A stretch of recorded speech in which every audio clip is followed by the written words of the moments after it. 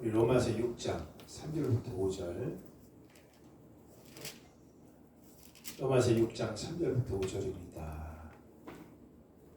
3절부터 5절. 우리 한 목소리를 함께 고백합니다. 시작.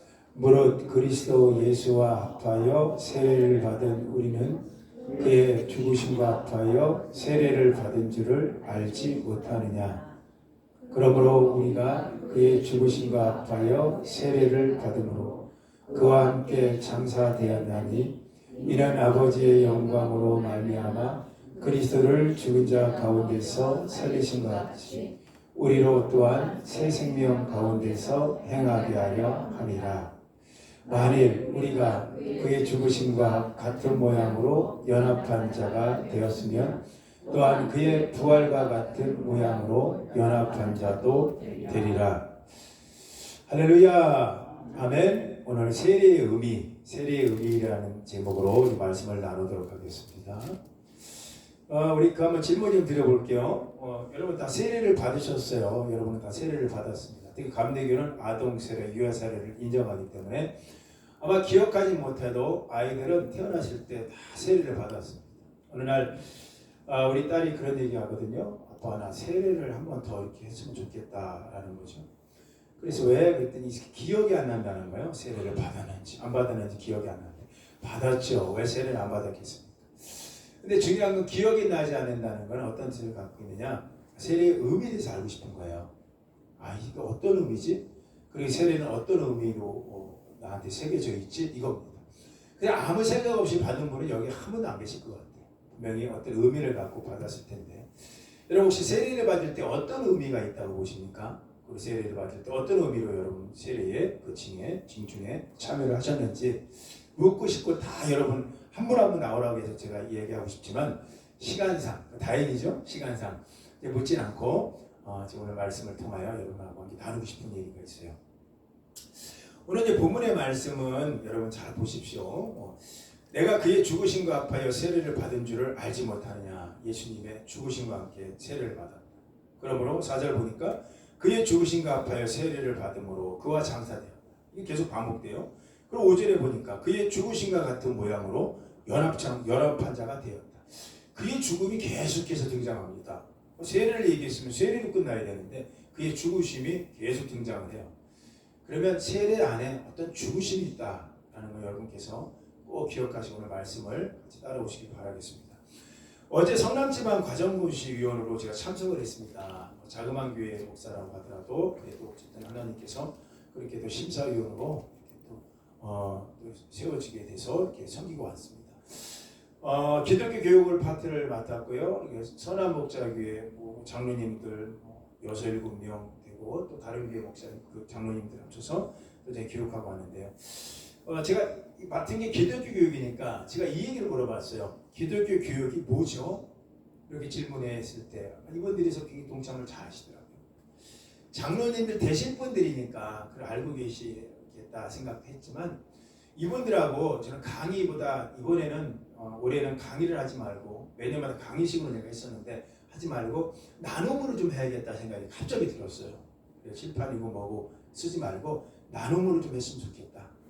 그래서 이분들을 다 앉혀놓고 같이 나눴어요. 나도 아버지의 심정으로 당신들도 아버지고 우리도 다 아버지인데 아버지의 심정으로 자녀를 가르칠 때 어떤 마음이 드세요? 이렇게 여쭤봤습니다. 사뭇 다른 질문이 들어오니까 어떤 분들은 왜 이렇게 하시지? 강의식으로 하실 이런 분위기에서 이렇게 느꼈지만 불과 1-2분 정도 한두 분이 고백을 하면서 많은 분들이 이거 마치 큐티식으로 뭔가 무슨 아버지 학교식으로 진행이 되었어요. 굉장히 좋았습니다. 왜냐면 이 안에는 이분들 자녀를 키우면서 힘든 부분들이 다 토로가 되더라고요. 자녀가 구원을 받은 줄 알았는데 구원이 없는 것 같아요. 이 안에서 이런 고백을 하게 되고 또 어떤 장로님은 이 아이가 잘 자라왔었는데 어느 순간부터 하나님 없이 사는 것 같아요. 뭐 이런 얘기들, 이런 얘기 저런 얘기가 다 얘기를 토로해요. 어떤 여자 장로님은 그런 얘기를 또 하시는 거예요. 엄마로서 장로지만 이런 삶을 살지만 또 이 안타까운 얘기들을 쭉 얘기해요. 자녀 가리키고 자녀와 함께 사는 게 쉽지 않죠.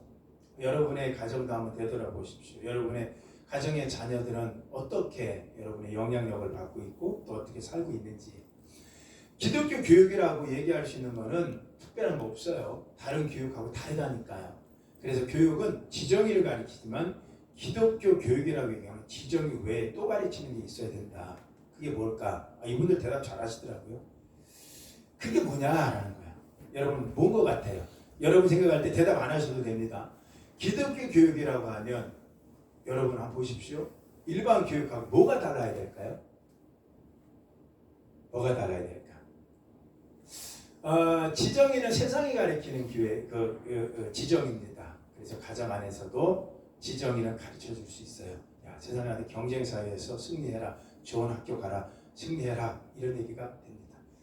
그런데 왜 기독교라고 붙여놨느냐? 기독교 안에는 예수님을 닮아가야 되고 예수님 안에서 변화를 일으키는 교육이 돼야 돼요. 그런데 현대인은 지금 현재 우리 과거는 그렇지 않았는데 많이 달라졌다고 얘기해요. 그래서 큰 교회에 있는 장로님들이 마음을 아파하면서 어떤 분이 이런 고백을 했습니다. 옛날 우리 어렸을 때는 신앙이 하나였다. 아버지 신앙이 자녀의 신앙이었고 자녀의 신앙이 또 다른 자녀를 낳는 신앙으로 우리 배워왔고요. 동네 친구가 교회 친구였고 교회 친구가 동네 친구였고 우리는 함께 모여서 한 사회에서 하나님을 알아가는 사회가 되었습니다. 근데 지금은 일주일에 딱 한 번 교회 가고 그게 전부라고 생각합니다. 그래서 너무 아파요. 여러분은 어떠세요? 여러분 마음에는 어떤 마음이 듭니까? 제가 오늘 세례를 제가 다른 설교의 제목을 준비했음에도 어제 교회 와서 이렇게 묵상 중에 오늘은 세례를 좀 가르쳐 드려야겠다. 우리 함께 알아가야겠다 생각이 더 들었어요. 여러분 보십시오. 자녀가 하나님을 알아가는 방법 중에 하나가 뭘까? 영적인 세례를 할 때예요. 세례는 전통이고 가정 안에서. 현재 우리 대한민국 교회들이 대부분 그래요. 우리 교회 포함. 우리 교회 빠지면 이상하게 얘기했죠. 요즘 이단이 자기네 교회는 잘났고 다른 교회가 이상하다면 이단 된대요. 그래서 우리 교회 포함해서 가정 교회가 없어요.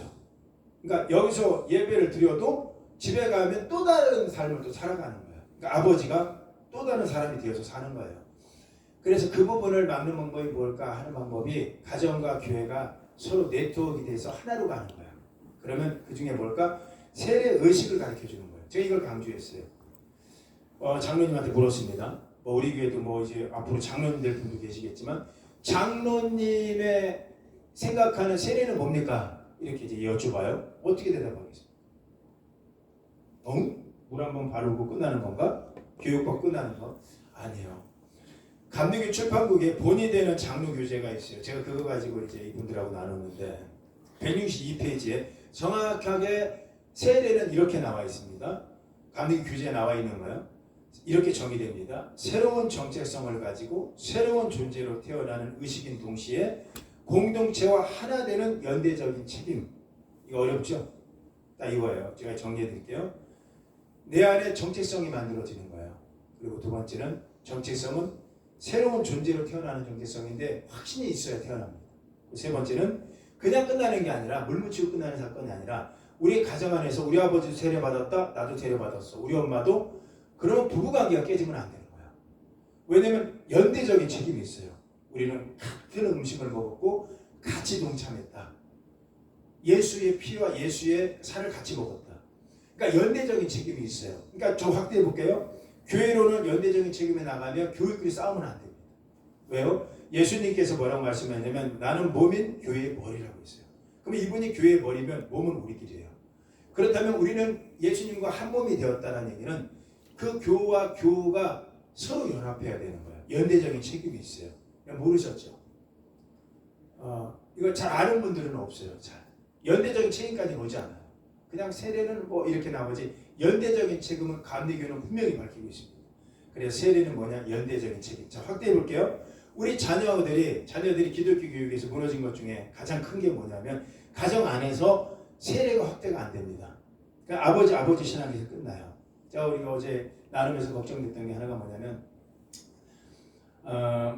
우리가 이제 기도를 같이 했어요. 여기서 단절되면 안 된다라고 제가 이야기했더니 이분들이 공감을 합니다. 맞습니다. 여기서 단절되면 안 되죠. 아주 굉장히 기뻤던 건 뭐냐면 이 장로님 될 분들은 태어나나? 이런 생각을 해봤어요. 이분들이 어디서 뚝 떨어진 분들 같아요. 대화가. 이런 생각을 해봤는데 그건 아닌 것 같아요.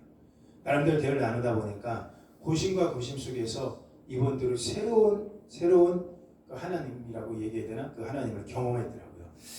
자, 그 세례는 뭐냐? 이렇게 여러분께 말씀을 드렸어요. 오늘 갑자기 뜬금없이 우리 주님이 세례를 받은 우리는 그의 죽으심과 합하여 라고 출발합니다. 죽으심과 합하여, 죽으심과 합하여 3번 나와요. 오늘 본문에. 그렇다면 세례의 첫 번째 출발은 정체성입니다. 자, 그러면 이렇게 질문해 볼게요. 이 정체성은 뭐에 대한 정체성일까요? 우리가 세례를 받았으면 어떤 정체성이 일어나야 되느냐? 하나님 앞에서 살아있는 자로 살아가는 정체성이 있어야 돼요. 이거 굉장히 중요한 역할입니다. 여러분께서는 다 들은 얘기니까 뭐 이렇게 간과하실 수도 있겠지만 한 번만 제가 한번 여러분 나누려고 그래요. 제가 재작년인가 주년 뭐 한 10년은 안 됐지만 종교개혁지로 독일을 갔을 때입니다. 우리 화면 한번 보여주실래요? 독일 개혁지로 종교개혁지로 독일을 갔을 때 바로크 부르크라는 이 성에 우리가 이제 이동을 했습니다. 바로크 부르크 성은 1521년에 종교개혁자 루터가 10개월 동안 머물렀던 곳이에요.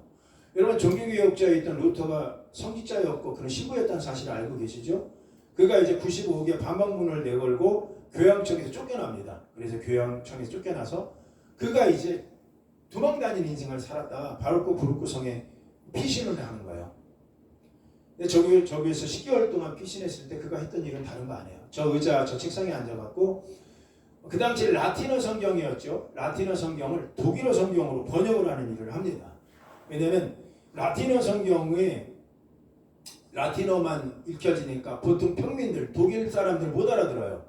그러니까 신부들만 리그가 돼버리는 거예요. 그러니까 성직자들이 타락하게 되고 그래서 일반인들도 성경을 편하게 읽을 수 있도록 해서 독일어로 번역을 시작했습니다. 최초의 번역이죠. 1521년도에.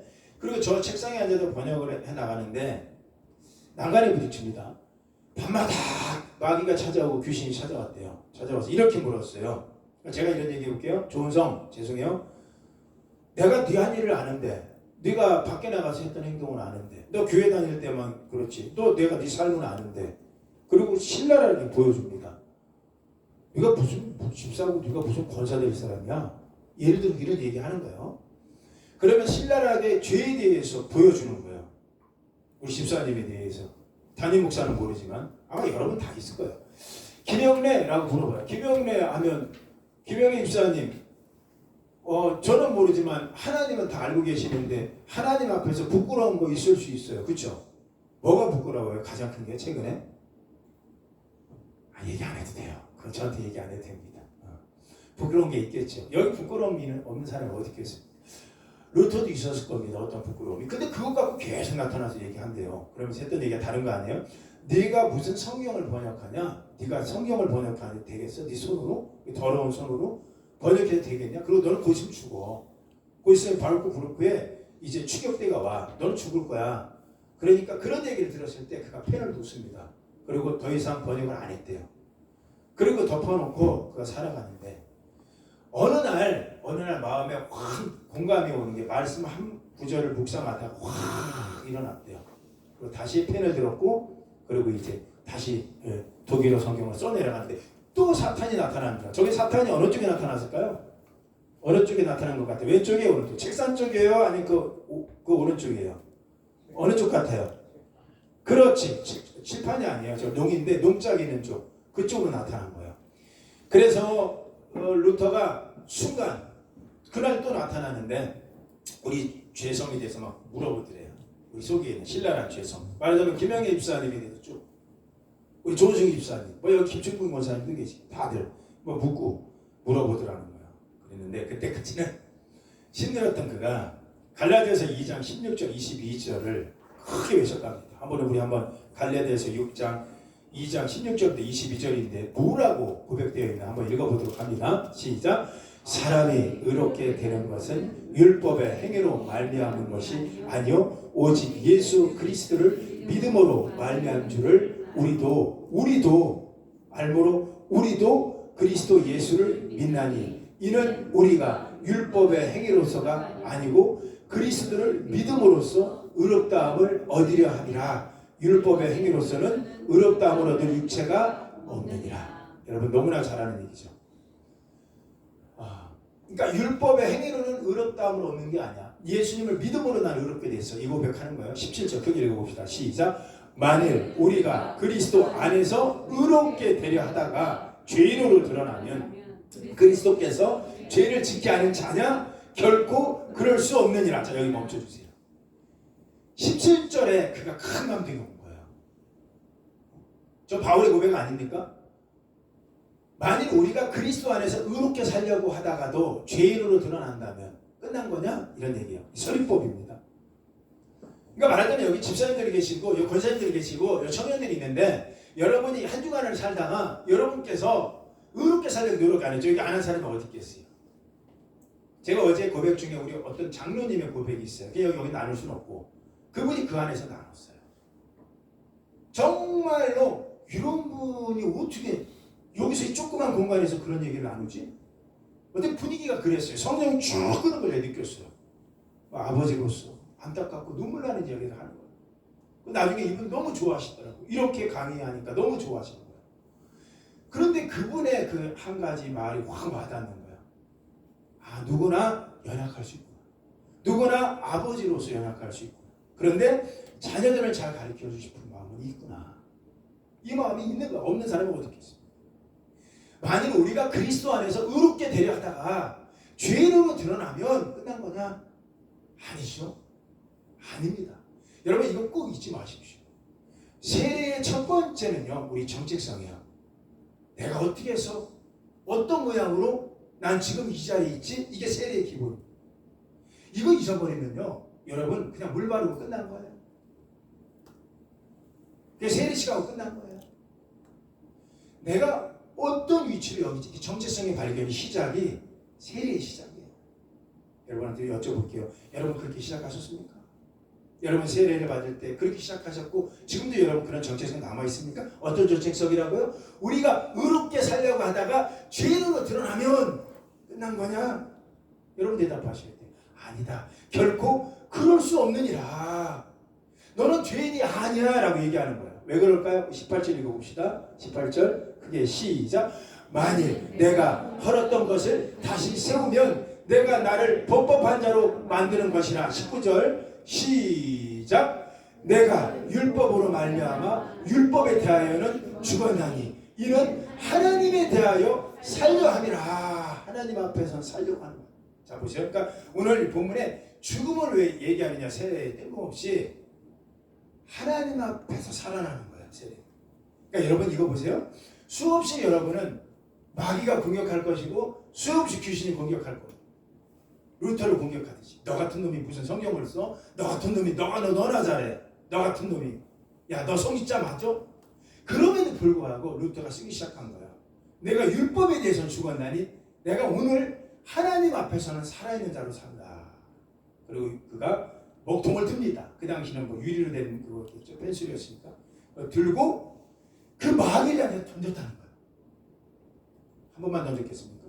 나타날 때마다 내가 그리스도 예수와 함께 십자가에 못 박혔나니 이제는 내가 사는 것이 아니라 내 안에 그리스도가 사는 것이요 그는 죽었고 나는 살았다라고 외쳤대요. 나타날 때마다. 그리고 그가 던졌는데 벽이 깨지더랍니다. 그리고 며칠 안 돼서 싹. 저게 지금 다 부셔져 있는. 그걸 복원을 안 했대요. 그대로 있는 거예요. 제가 현장에 적어가서 보는데요. 후들후들 떨려. 내 방에 있는 먹통은 있나? 이 생각도 해봤어요. 나는 수없이 이 고백, 루터가 고백했던 이 고백이 있어야 돼요. 정체성의 고백입니다. 정체성의 고백이 우리 아멘 하세요. 여러분 안에도 일어나길 바랍니다. 두 번째, 정체성뿐만 아니라 두 번째 확신이 일어나야 돼요. 우리 안에 확신. 세례의 두 번째 요건은 뭐냐면 확신입니다. 수없이 내 안에 확신이 일어나는 거예요. 로마서 오늘 6장 3절에 보니까 세례를 받고 죽으심으로 우리가 다시 일어났어요. 이 확신이 우리 안에 일어난 거죠. 자, 우리가 계속해서 우리가 읽어야 될 말씀을 한 가지 여러분에게 나누고 싶습니다. 우리가 내가 그리스도 예수와 함께 십자가에 못 박혔나니 이제는 내가 사는 것이 아니라 오직 내 안에 예수께서 사신 것이라. 이제 내가 육체 가운데 사는 것은 나를 사랑하사, 확신이에요, 나를 위하여 자기 자신을 버리신 하나님 아들을, 그쵸, 믿는 믿음 안에서 사는 것이라. 이게 확신입니다. 그러니까 세례의 두 번째는 확신이에요. 확신. 이 확신이 있으면요, 환경을 안 보더라고요. 제가 어제 저는 자격심사위원이 아니라서 과정심사위원인데, 자격심사위원실 들어가기 위해서 살짝 들어갔어요. 내가 먼저 프린팅 해오려고. 근데 마침 자격심사에서 전도사님들이 자격심사를 받고 있었어요. 저는 장로님들 과정심사 하는 건데. 근데 거기에 자격심사를 하는 가운데에서 제가 들으려고 드린 게 아니라 어떤 전도사님인데 얼굴은 몰라요. 남자분인데 앉아 있었어요. 그러니까 몇 분의 목사님들 물어요. 그러니까 소위 이런 물음이 되잖아요. 그 사람들 알려면 이렇게 물어요. 네 아버지 뭐하노? 우리 영화에 나왔죠? 아버지 뭐하시노? 이거잖아요. 그러니까 네가 어떤 집의 아들이야? 이렇게 묻는 얘기예요. 네 아버지 뭐하시노? 이거는 정직성이잖아요. 뭐 그렇다고 이렇게 경상사투리 묻지는 않았어요. 그 원래 목사님이 아버지는 뭐하시는 분이에요? 직업을 물었던 것 같아요. 그러니까 이 친구가 하는 얘기가 우리 아버지 의사입니다. 거기 제가 깜짝 놀랐어요. 잘 보세요. 아버지가 의사인데 아들이 전도사야? 아버지가 의사면 아들을 의사 만드는 거 아니야 요즘은? 아버지가 의사고 좋은 계리에 좋은 위치 포지션에서 좋은 문화를 가지고 좋은 곳에서 한국에서 의사하면 최고 레벨의 레벨의 수준에 있는 집안들 아닙니까? 그러면 내가 이런 거 풍요도 누려봤어. 나도 이렇게 누려보니까 너도 의사 돼. 그럼 너도 똑같이 아버지가 누렸던 걸 너도 누릴 수 있어. 이런 교육이 일어나는 거 아닙니까? 가정 안에? 이런 게 당연히 일어나야 될 부분이고. 그런데 전도사로 지금 와서 아버지 뭐 하시노? 라고 물어보니까 우리 아버지 의사입니다. 라고 얘기를 하는 거예요. 그 어머니도 얘기하는데 어머니 얘기는 더 안 할게요. 여러분 더 놀랄까 봐. 얘기는 안 해요. 근데 아버지 의사. 한국 사회에서요, 가정 안에서 어떤 교육이 일어나냐면 계속해서 경쟁사에서 너는 이겨야 돼. 좋은 대학 가야 돼. 좋은 직업 가져야 돼. 이게 뭐 죄는 아니죠. 우리는 다 그렇게 배워왔고 또 그렇게 누려야 되니까. 그런데 중요한 게 기독교 교육이 뭘고 세례 안에서 이 교육이 우리 안에 일어나냐 이렇게 물어봤을 때 굉장히 중요한 역할을 하더라고요. 그의 아버지를 생각해 봤어요. 나중에 나와서 묻지도 않았고 그 얼굴도 몰라요. 그 전도사님 얼굴. 그의 아버지가 누구지? 그런 누구길래 어느 교회를 다니길래 도대체 어떻게 이럴 수가 있지? 순간 그러니까 너무 저하고 구별되니까. 저는 목사임에도 불구하고 우리 자녀들한테 야 너 목사 되라 한 번도 얘기한 적이 없어요. 왜요? 될까봐. 목사 된다고 할까봐.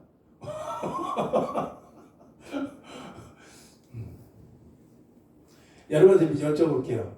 우리 그 조은성 집사님, 조은성 집사님의 자녀 자제분이 물론 지금 뭐 다 이렇게 성장하시고 다 성공하셨지만 조은성 집사님을 뛰어넘기를 원하시죠. 부모 마음이 그래요. 어제 나눈 분들 다 보면 그런 얘기 하더라고요. 잘 보세요. 그 아버지를 생각했을 때 그 아버지는 제가 결론이 그랬어요. 확신이 있구나 이분한테는. 이번에도 구원의 확신도 있으니까 이 자녀를 구원의 확신 쪽으로 데리고 갔구나. 그리고 인도했구나라는 생각이 들었습니다.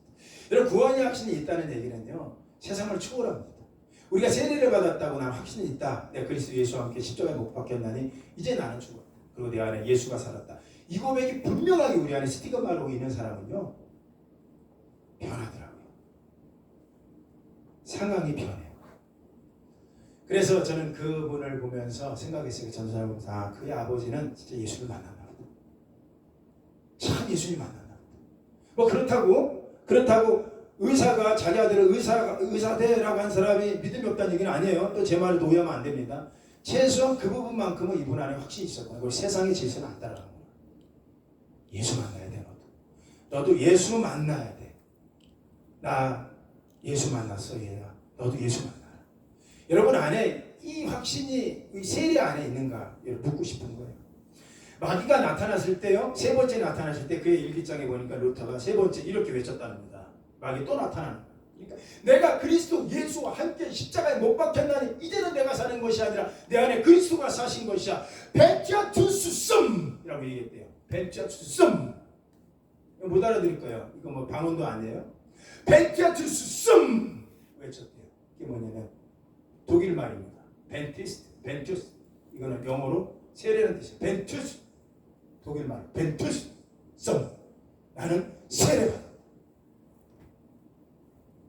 그 순간에 루터가 외쳤던 얘기를 합니다. 나는 세례받았다. 네가 나를 어떻게 받았어? 나는 세례받았어. 네가 나를 어떻게 받았어? 마귀가 사라지고 여러분 안에 이러한 확신이 있습니까? 수많은 마귀의 공격에 벤투스 난 예수의 피로 세례받았고 나는 하나님의 자녀고 나는 확신이 있다. 이 고백이 여러분 안에 있는가 물었으면 좋을 것 같아요. 그래서 마귀가 도망가. 내가 현장에 가서 얼마나 그 얘기를 듣는데 사진을 찍어오면서 우리 집사람하고 저하고 어머머머 집사람 무슨 감정인지 모르겠어. 저는 그랬습니다. 내 안에 벤투성이 있나? 내 안에 확신이 있나? 그냥 물만 바로 끝나는 거 아니에요. 여러분 세례는 그런 뜻 아니에요. 감리교제 분명히 얘기하잖아요. 너에게 정체성이 있고 새로운 위치죠. 자존감을 가지고 새로운 걸로 변화받아서 공동체 연합으로 끝나야 되는 게 진짜 세례다. 자, 세 번째 묵상할게. 공동체 연합입니다. 여러분 세례는 그냥 끝나는 게 아니에요. 나는 공동체 연합이 일어나야 되는 거예요. 교회와 한 몸이 된 거예요. 이제는 여러분은. 골로새서 1장 18절에 성경은 이렇게 얘기합니다. 우리 한번 크게 한번 읽어봅시다. 골로새서 1장 18절 한번 읽어볼까요? 시작. 그는 몸인 교회의 머리요 그가 근본이시요 죽은 자들 가운데서 먼저 나신 이시니 이는 친히 만물의 으뜸이 되려 하심이라. 그의 몸 교회의 그분이 교회고 우리는 그 안에 있어요. 근데 우리 세례 받았어. 우리 몸끼리 세례 받았어. 부부가 싸우면 됩니까? 예를 들어서 싸울 수도 있지. 저도 싸워요. 싸우는데 저 영적인 연대감을 얘기하는 거예요. 세례를 받았다는 것은요 한 몸이라는 뜻이에요. 이제는 우리는 예수의 몸을 함께 먹은 거예요. 끊임없이 우리는 지속적인 연대가 일어나야 되는 거예요. 교회 안에. 요즘 들어서 교회가 깨지는 교회 많이 봅니다. 마음 너무 아파요. 그게 뭔데? 그거 하나 때문에. 그 이견 하나 때문에 목사와 장로가 그 이견 하나 때문에 우리 주님이 어떻게 그 몸을 십자가 못 박으면서 교회를 샀는데 그리고 그걸 먹어라 하면서 세례를 베풀어 주셨는데 너희도 이같이 행하라. 이같이 행하라. 먹고 마시는 거 끝나는 게 아니라 너희는 서로 같은 몸을 먹었어. 여러분 자 오른손 한번 들어보십시오. 자 따라서 하세요. 이거 그대로 내가 원고에 써왔으니까 자 이가에 대보세요. 다 대보세요. 창피하지 마시고 무세요. 물어보시라고. 깨물어봐. 하나 둘 셋. 하나 둘 셋 깨물어. 안 깨물었네. 아파서 소리가 안 나와. 지금 안 나와. 깨물어봐요. 시작. 세게 깨물어봐. 그래. 아파. 못 깨물어. 무슨 얘기 하시는지 제가 아시겠죠? 여러분 정말 그 사람 내 몸이라면 내 자녀가 내 몸인데 어느 날 같이 우리는 세례를 받았는데 그 아버지하고 나하고 세례 받았는데 그 교우와 내가 세례 받았는데 더 이상 무슨 얘기 안 할게요. 연대감입니다. 세례 받았다는 건 연대감이에요. 가정 공동체, 교회 공동체, 사회 공동체 우리 다 한 몸이에요. 아프죠? 아파요? 아프다 그래요. 아파요? 안 아파요? 여러분 살이야. 안 아프면 남의 살이야. 응? 아파요? 안 아파? 아픈 사람은 손 들어봐요. 난 안 아프다. 그럼 빨리 병원 가요. 안 아픈 사람은. 아프지. 내 살인데, 내 아내인데, 내 아들인데, 내 목자인데, 내 성도인데, 내 양인데, 내 장로인데, 내 집사인데, 내 아들인데, 내 딸인데 손 가빠요. 더 얘기하면. 세례의 의미 기억하십시오. 정직성으로 출발. 확신 갖고 산다. 그리고 교회와 연합되었다. 기억하시고 살아내는 여러분 되길 예수 이름으로 축원합니다. 할렐루야. 다 우리 자리에 일어나서 찬양.